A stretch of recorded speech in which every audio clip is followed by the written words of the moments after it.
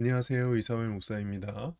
귀납적 성경 묵상 디형 큐티. 오늘은 사무엘상 23장 1절에서 14절 하나님께 질문하며 인도하심을 받으라 라는 제목의 말씀으로 함께 묵상해 보겠습니다. 사람들이 다윗에게 전하여 이르되 보소서 블레셋 사람이 그일라를 쳐서 그 타작마당을 취하더이다 하니 이에 다윗이 여호와께 묻자와 이르되 내가 가서 이 블레셋 사람들을 치리이까 여호와께서 다윗에게 이르시되 가서 블레셋 사람들을 치고 그일라를 구원하라 하시니 다윗의 사람들이 그에게 이르되 보소서 우리가 유다에 있기도 두렵거든 하물며 그일라에 가서 블레셋 사람들의 군대를 치는 일이리까 한지라. 다윗이 여호와께 다시 묻자온데 여호와께서 대답하여 이르시되 일어나 그일라로 내려가라 내가 블레셋 사람들을 내 손에 넘기리라 하신지라. 다윗과 그의 사람들이 그일라로 가서 블레셋 사람들과 싸워 그들을 크게 쳐서 죽이고 그들의 가축을 끌어오니라. 다윗이 이와 같이 그일라 주민을 구원하니라. 아히멜렉의 아들 아비아달이 그일라 다윗에게로 도망할 때에 손에 에봇을 가지고 내려왔더라. 다윗이 그일라에 온 것을 어떤 사람이 사울에게 알림해 사울이 이르되 하나님이 그를 내 손에 넘기셨도다. 그가 문빗장이 있는 성읍에 들어갔으니 갇혔도다.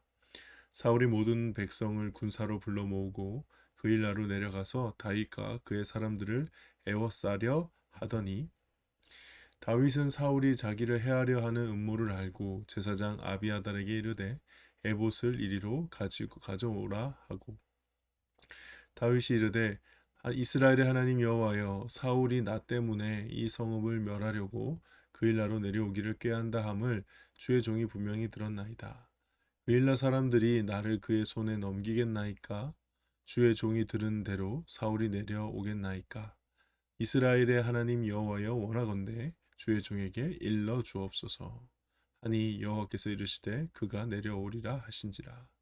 다윗이 이르되 그일라 사람들이 나와 내 사람들을 사울의 손에 넘기겠나이까 하니 여호와께서 이르시되 그들이 너를 넘기리라 하신지라.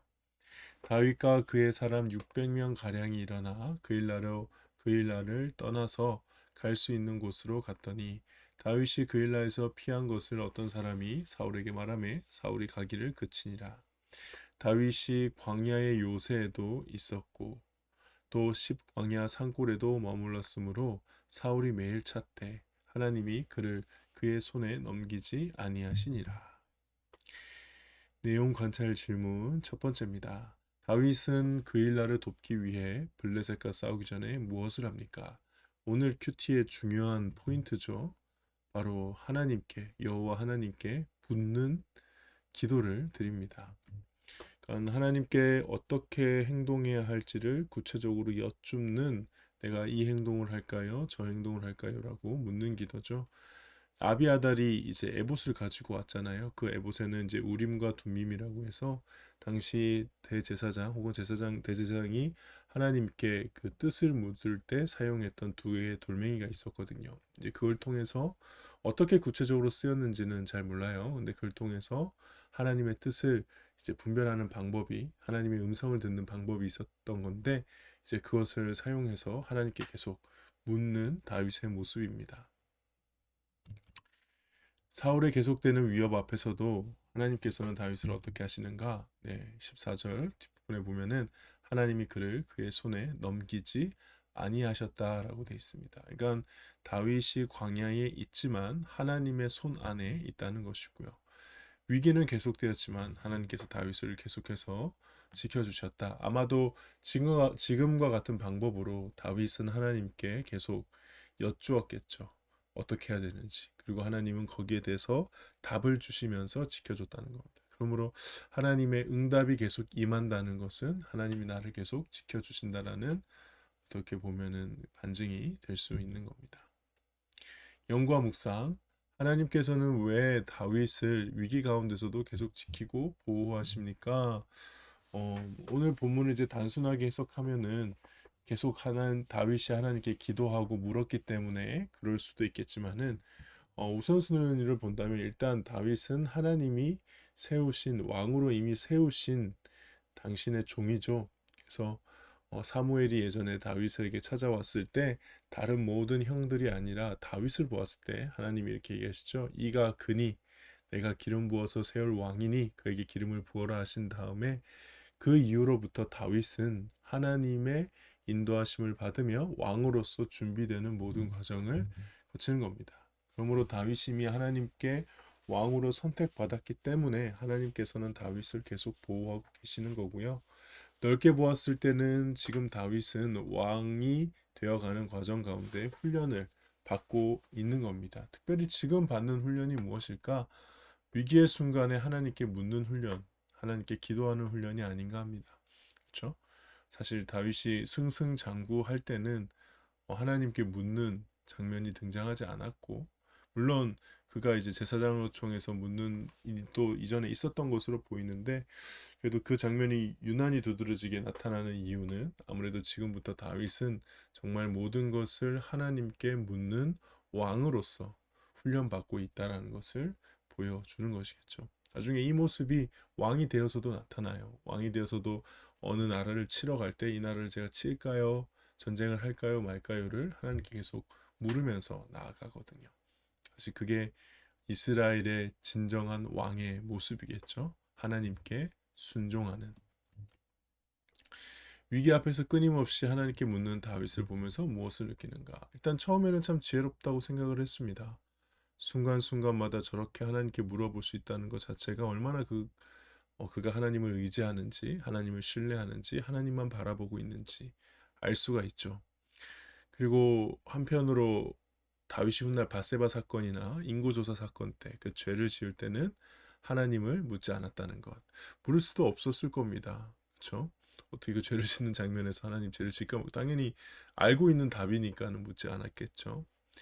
근데 어쩌면 그가 이처럼 하나님께 겸손히 잘 묻는 장면이 오늘 본문에서 나오는 이유는 그가 배부르고 등 따시고 뭔가 다 이루었을 때 다 이런 실수를 했잖아요. 그러니까 광야였기 때문에 정말 매 순간마다 하나님을 의지해야 되는 광야였기 때문에 하나님 앞에 겸손히 잘 물을 수 있었던 것은 아닐까 그렇게도 묵상을 해봅니다. 그러니까 어렵고 힘들 때 하나님께 묻는 거는 쉽죠. 많죠. 그렇게 하게 되죠.